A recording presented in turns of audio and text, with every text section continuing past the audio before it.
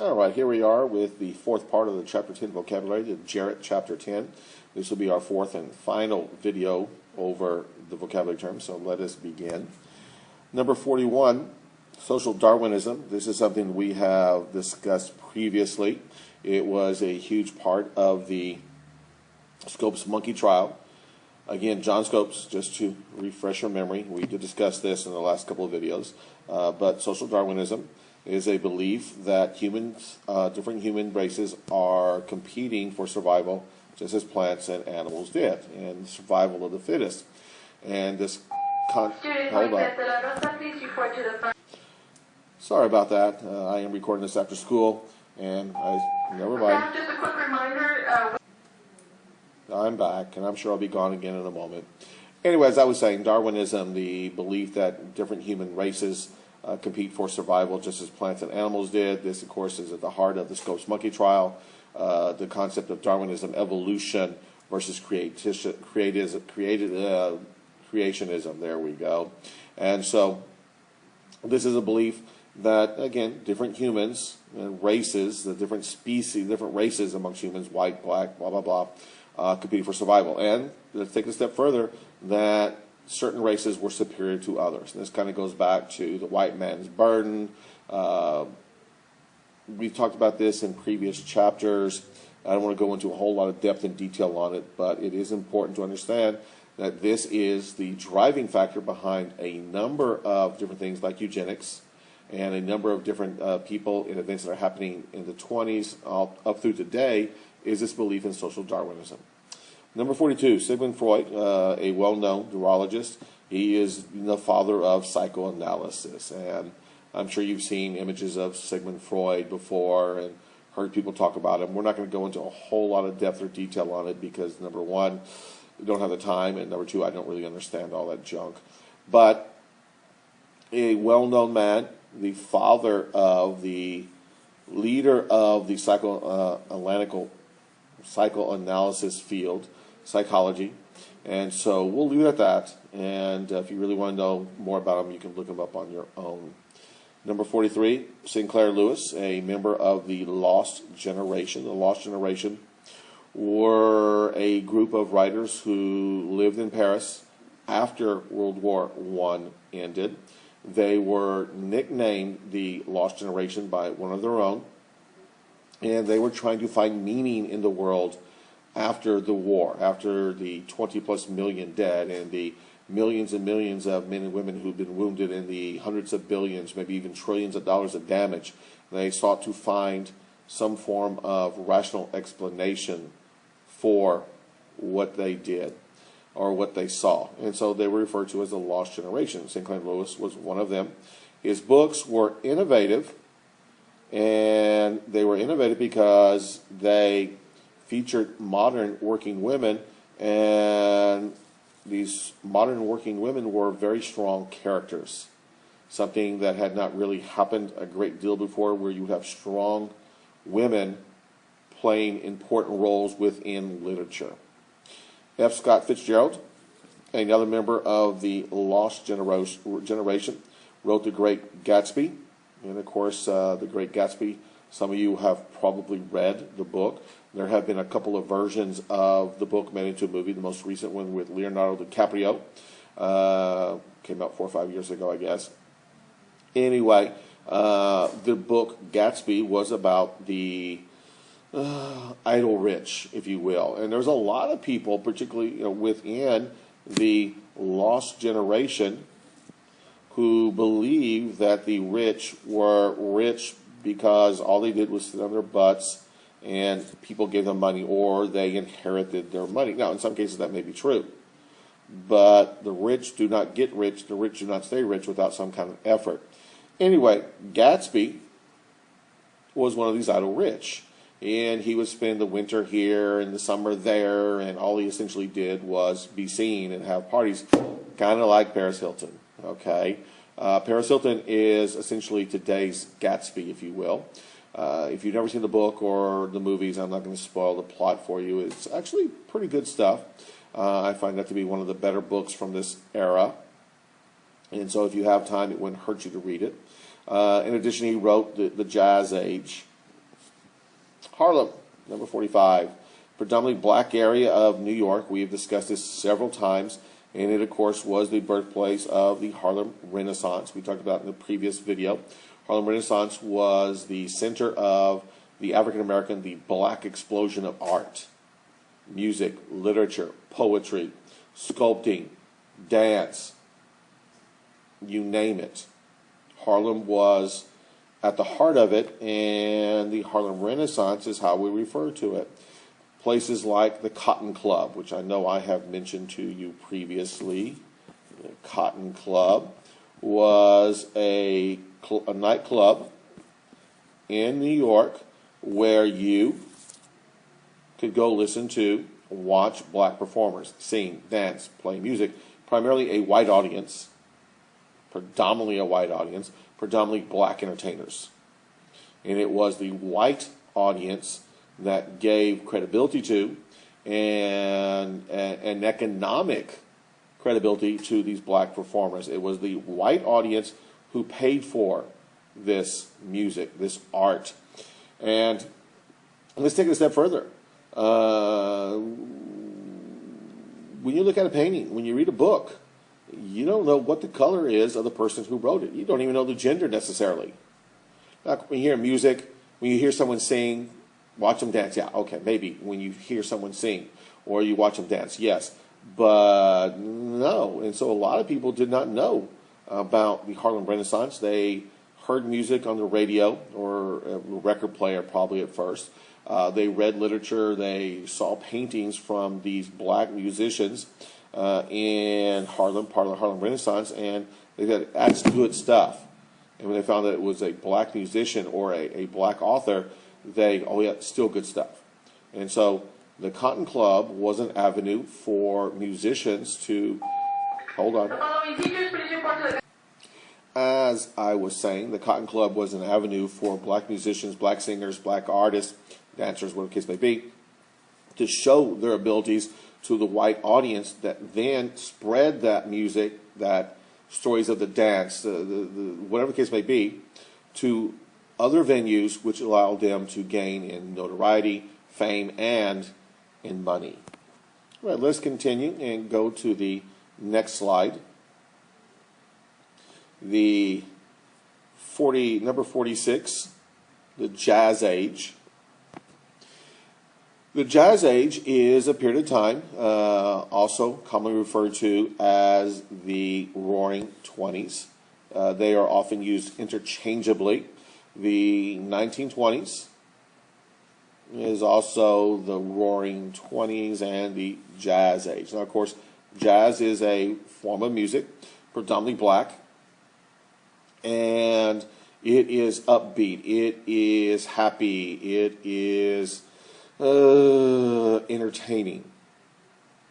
The blues, which is also a predominantly black musical genre, is the opposite. It is sad, it is slow, it is melancholy.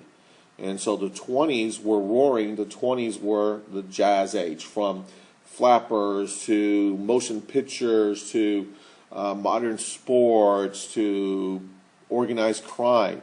That was the Jazz Age. Number 47, Alan Locke, poet during the Harlem Renaissance. He was obviously black, African American. His work, his poetry, expressed a new pride in black heritage and attacked racism. Now, we have seen sort of an outgrowth of some of this recently. There are those who would have you believe or would tell you that the Black Lives Matter movement over the course of the last couple of years is about pride in black heritage while attacking racism. Now, I'm not sure I necessarily agree with that, but what we've seen recently in our own experiences on college campuses and elsewhere is an outgrowth of anger, animosity into the Black Lives Matter movement. Just like we saw in the Harlem Renaissance, a lot of what was going on was pent-up anger, frustration at whites for the mistreatment, the racism aimed at them, aimed at blacks by whites, and they were able to positively to aim their frustration, take their anger and frustration, and use it in a positive manner, which of course we refer to as the Harlem Renaissance, through music, through writing, poetry by Alan Locke, for example, sculpture, dance. African Americans were able to express themselves in a manner that not only got the point across, but also was somewhat lucrative. So they were able to express that pride in black heritage. They were able to attack racism in a manner that was acceptable, and this is kind of important in a way, was acceptable to whites. Again, the bulk of the money in the country was controlled by whites, not blacks. And so if you're going to be financially successful, you need support of white patrons. You need white money, if you want to use that phrase. And so you had to make your music, your literature, your dance, whatever it is, as part of the Harlem Renaissance, you had to make it acceptable to a certain extent. You had to make it financially, as an actor, I mean, you know, you got to eat, right? I mean, if you're a musician, you still got to eat. You got to buy toilet paper and all that other junk. So you had to make money, and the best way to do that was to become successful within the white community. Today's Black Lives Matter appears really more about, and again, this is probably out of place with this, but there are some similarities between the two. It seems more about anger and not expressing it in a positive way or a way to illustrate it, but to continue the anger. Now, whether this will eventually grow into something positive, the Black Lives Matter, or not, I have no idea. But I do see some similarities in the growth of black literature, black music, expressing anger, animosity. The blues is about being angry, about loss, about sadness. And they were able to express that sadness, that loss, that mistreatment at the hands of whites in music. Anyway, we'll see if that works out. But let's move forward. Number 48, County Cullen. I am probably mispronouncing that, and I apologize. But here we have another poet, just like we had with Locke right there. Another poet during the Harlem Renaissance who won more major literary prizes than any other African-American writer in the 1920s, okay? And there were a number of good writers, black writers, who came to gain some national and international fame. And here we have the most celebrated in terms of award-winning. Of course, it doesn't mean that they're the best, but they did win more awards than anyone else, so therefore they must have some talent. The most award-winning of the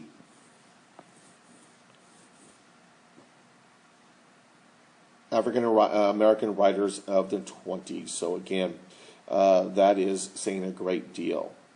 Number 49, Zora Neale Hurston, one of the first successful African-American female authors. So, I mean, we're looking at here with Locke, Cullen, Hurston,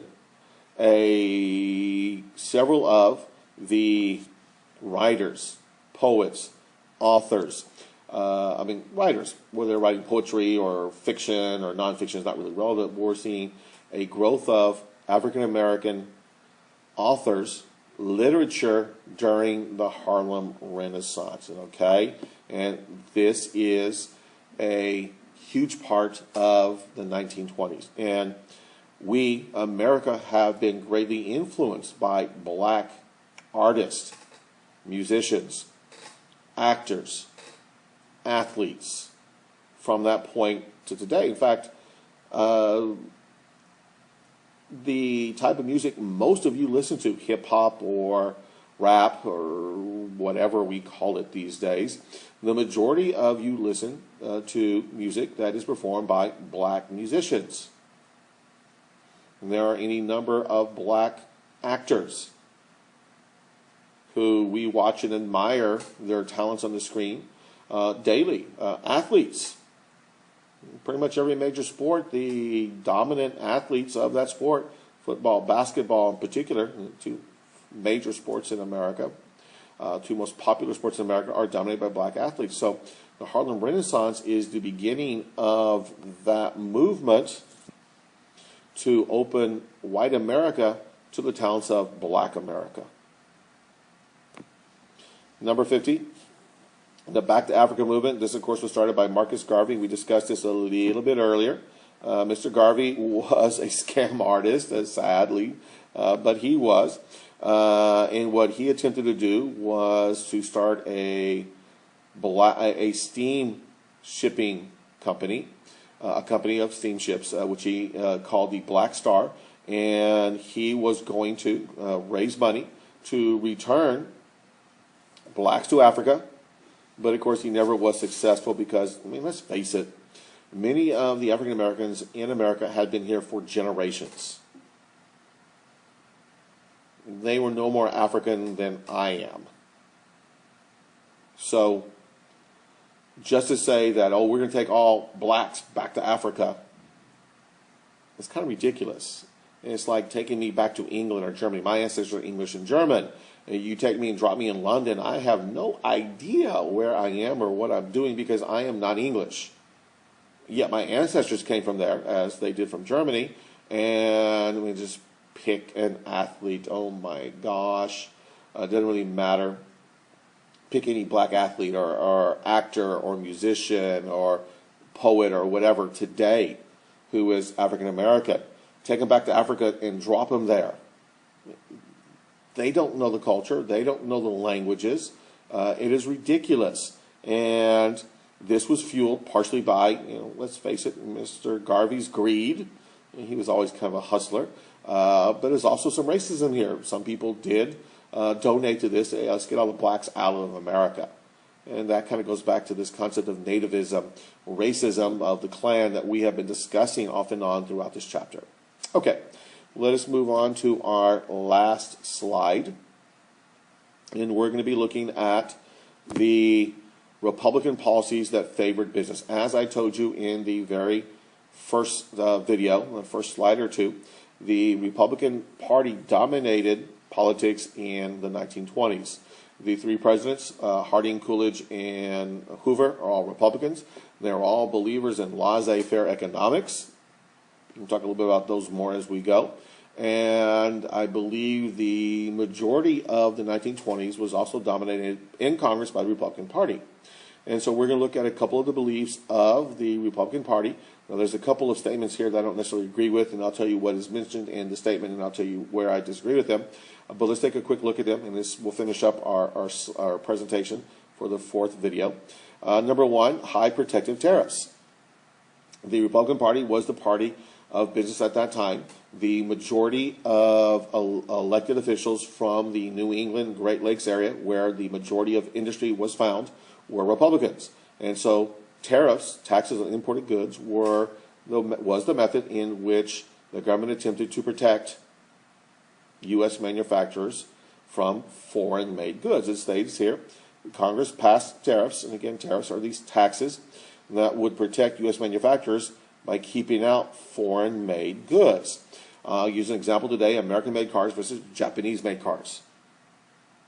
The Japanese have developed a method which allows them to build cars under the cost of American-made cars. And so we place tariffs on them to raise the cost of the Japanese car to roughly the same as the American-made car. All things being equal, people tend to buy American. However, if those tariffs are not in place, people would buy the less expensive car, particularly we're talking about a couple $1,000s in difference, which would then cost Americans jobs and probably cost American industries to close. The Hawley-Smoot tariff, which was passed in 1930, raised tariffs to the highest levels ever in history. Now, this is significant for a couple of reasons. This is after the stock market crash of 1929. Keep in mind the Hawley-Smoot tariff was in 1930. Herbert Hoover, who was now President of the United States, was advised by his people, his advisors, that you got to raise tariffs that would then keep American prices of those American-made. I'm sorry, I got kicked off there for a second. Let me repeat that. The Hawley-Smoot tariff would raise tariffs of imported goods to such a level that people would have to buy American, or people would more than likely buy American, which would then create American jobs. Again, in theory, not a bad idea, but the problem is we also sold a great deal of our goods overseas. And when we, the United States, raised tariffs on foreign-made goods, and again, what we're talking about foreign-made goods. When we raised the tariffs on those foreign-made goods, they stopped buying our goods, which meant that we were not selling as many goods. Again, you could use any good. Cars, paintbrushes, bicycles. I mean, it doesn't really matter which one. The concept holds true. And so by raising tariffs on their goods coming to our nation, they retaliated by raising tariffs on our goods, which means they weren't buying as much, as buying as many American goods, which means Americans lost jobs. When there is an economic slowdown, when there is a recession, and at the moment in 1930 we're in a recession, the last thing you want to do in an economic slowdown is raise tariffs. You don't want to raise taxes. It is a stupid idea. You want to cut taxes. And yet, what did Hoover do? He raised taxes. Let's move on to the second point here. Lower taxes on the wealthy and corporations. Okay. Oftentimes, that is a situation that we find ourselves in when there is an economic slowdown. We do not raise taxes. Tariffs are taxes. You don't raise them. You cut them. And by definition, the wealthy have a lot of money, and therefore you want to make sure they keep their money, and you want to make sure that they spend their money. So you lower taxes on them, which means they get to keep a little bit more. The idea behind it, and this is referred to as supply-side economics, and we'll take this up in the next chapter in greater depth, but Congress, and let's go back to what they did. Congress slashed taxes on the rich. Now again, the definition of rich can vary. We're not going to go into all of that at this moment, but they cut taxes, and we're probably referring to primarily income tax. Keep in mind the income tax, which was the 16th Amendment, was started in 1913. We're now in 1930, so for 17 years we've been collecting taxes on pretty much everyone who works. And I do have a chart somewhere, I don't have it in front of me at this moment, that shows the tax rates from 1913 all the way up to the present, and I'll probably try to break that out, and we'll take a look at it when we get to the next chapter. But anyway, taxes were cut on the rich and corporations.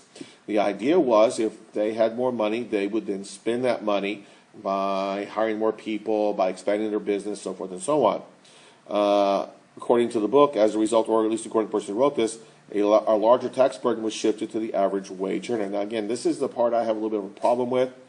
When history has shown us when you cut taxes, you tend to raise revenue. People who have their taxes cut tend to spend that money, which leads to the creation of jobs. And we'll talk about this in great depth and detail in the next chapter, as we've discussed the Great Depression and the economic policies of Franklin Delano Roosevelt, FDR. But for right now, we'll leave this as it is, and for any test or quizzes, this is the material that you need to be aware of. But we will break it down, and we will go into great detail about this concept right there and how I believe it to be false. But we're going to leave it alone for right now. We're going to move on to our last one, because we have been at this about 24 minutes. I want to finish this up in the next minute or so. Lax enforcement of antitrust laws and regulations. Yeah, this is true. This is laissez-faire. Okay? I've given you the example of the boxers in the boxing match. The boxers being the employee and employee, or producer and consumer. The referee is the government. It is the referee's job to ensure that both boxers follow the rules. If they do not, then it's the referee's job to stop the unfair practice, the unfair act by one boxer, maybe punish them, maybe penalize them. Same thing with the government. It's the government's job to ensure that the producers and consumers, or the employee and employee, depending on which situation we're discussing, that the producer and consumer have a fair deal, going back to the concept under Teddy Roosevelt. A fair deal, a straight deal, okay? So what was happening under laissez-faire is that the government was not doing its job. It was not enforcing laws in place.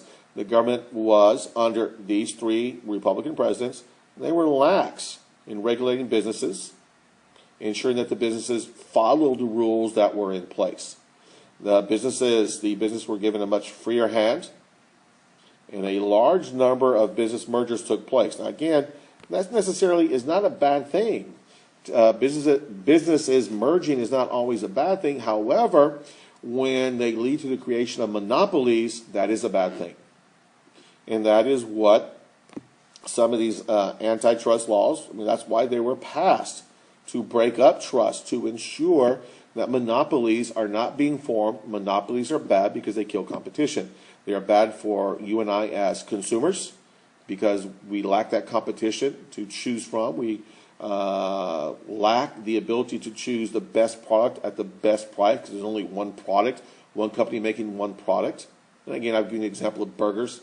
If there's only one hamburger joint in town, they can charge pretty much whatever they want because there is no competition. So laissez-faire is not a good idea because, again, we are trusting businesses then to play by the rules, to play fair, but when they're given that free hand and these mergers take place, and again, this has all happened in the 1920s, a lot of that was done with the desire to make money and they were not being controlled, they were not being watched by the government, which is their job, going back to the boxing analogy.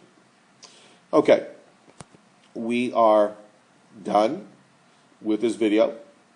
We have taken a long look at the chapter 10. I'm going to wait for my drawing mode to kick in. There it goes. We have spent a large amount of time, 4 videos, looking at the chapter 10 vocabulary. And hopefully this has been helpful to you. If you have any questions or comments, make sure you ask me. Okay, we are done. Bye.